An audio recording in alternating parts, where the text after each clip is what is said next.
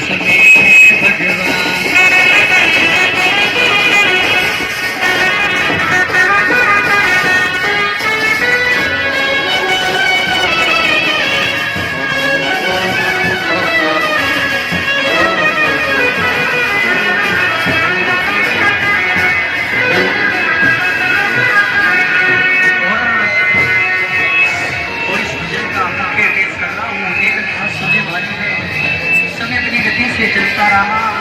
थोड़े दिनों के बाद घर में जन्माष्टमी का त्योहार आया। उस दिन संजोगवश उस औरत की बहुत ज़्यादा तबीयत खराब थी। वो अपने बिस्तर से उठ भी नहीं पा रही थी और उसने बहू को आवाज दिया और कहा, बेटा आज जन्माष्टमी है, आज जन्माष्टमी है, आज मेरे कन्हैया को नहला धुलाकर सुंदर वस्त्र पहनाकर उसे पार्लर में बिठाता हूँ। बहू की एक जरूरी काम कर रही थी कंप्यूटर में। बहू ने कहा, माँ अभी थोड़ा वक्त लगेगा, जब ये 2-3 घंटे के बाद ये तेरा काम खत्म हो जाएगा, जो तेरा काम है वो सेम होगा। और बुढ़िया माई ने कहा, भाई हमेशा से सबसे पहला काम मेरे कन्हैया का, मेरे लल्ला का होता है और आज भी सबसे पहला काम मेरे कन्हैया, मेरे लल्ला का होगा। आपका जो काम है उस काम करने के बाद जो काम है वो काम करना मैं आपको मना नहीं करूँगी। बहू को थोड़ा गुस्सा आ गया। उसने गुस्से में आकर झुंझलाकर झटके से कन्हैया की मूर्ति उठाई। मूर्ति हाथ से गिर गई और मूर्ति हाथ से गिरी तो उस औरत के दिल से क्या आवाज आई, सुनिए।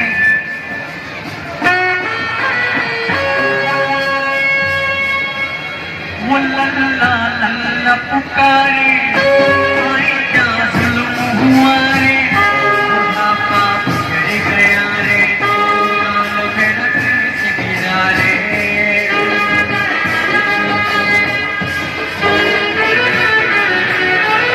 और अपने बेटे को बुलाती है और कहती है, क्या कहती है, सुनिए।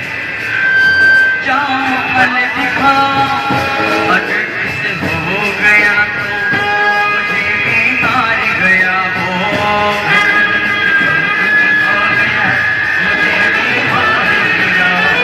रोते रोते पागल हो रे, रोते रोते पागल हो रे, भगवान भगत के बस में है भगवान, भगत के बस में है भगवान।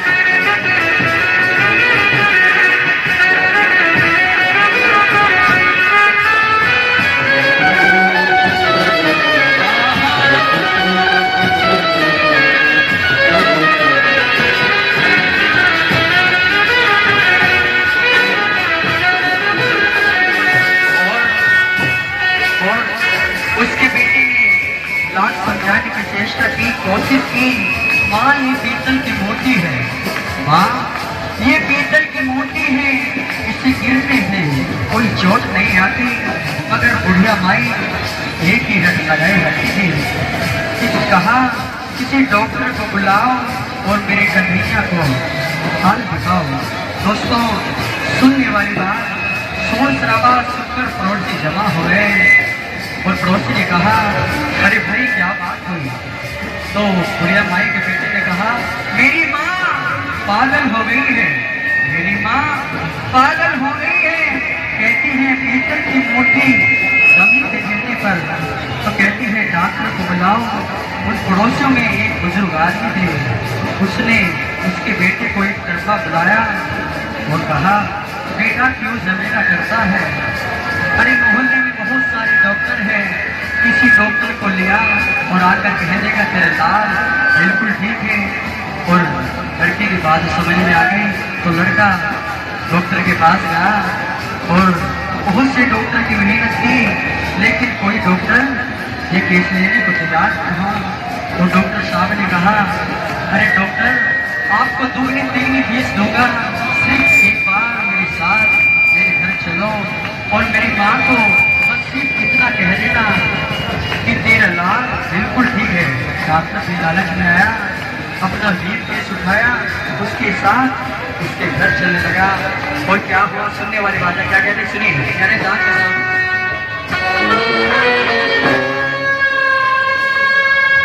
नवज को टोले के बोला तेरा लाल से समझा चढ़ के है काहूँ कोई तकलीफ नहीं है।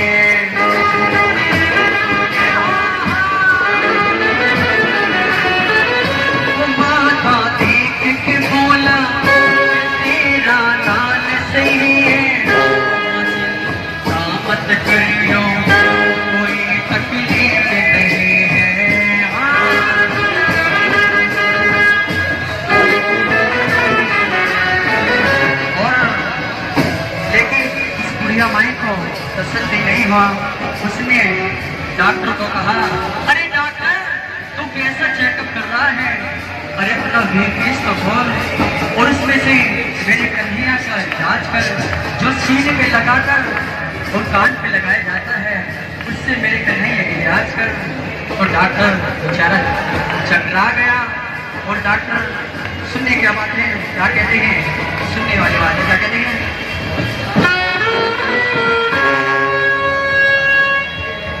जो सीने से लगाया सीना कर आया, उसे कई बार लगाया और डॉक्टर चकराया, और डॉक्टर चकराया।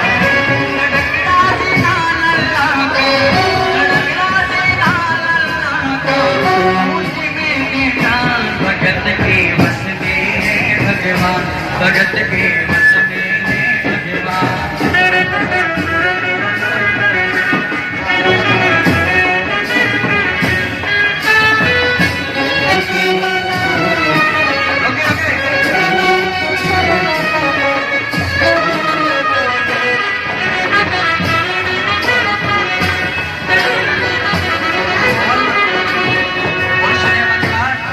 डॉक्टर ने जब ये नजारा देखा तो डॉक्टर का दिमाग चकरा गया और कहने लगा, जो इतने दिनों तक मैंने जो साइंस की पढ़ाई की थी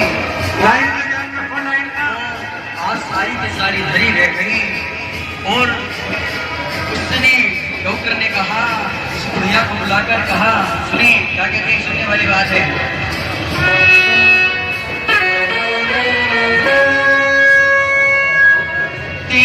तेरे लाल की माया बड़ा घबरा रहा हूँ, जहाँ से तू झंडा लाए वहीं पे जा रहा हूँ।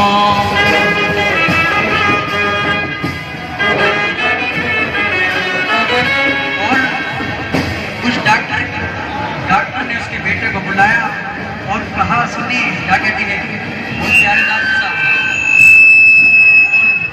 बनवारी तेरी माँ नहीं पागल, बनवारी तेरी माँ नहीं पागल, पागल सारा जहां भगत की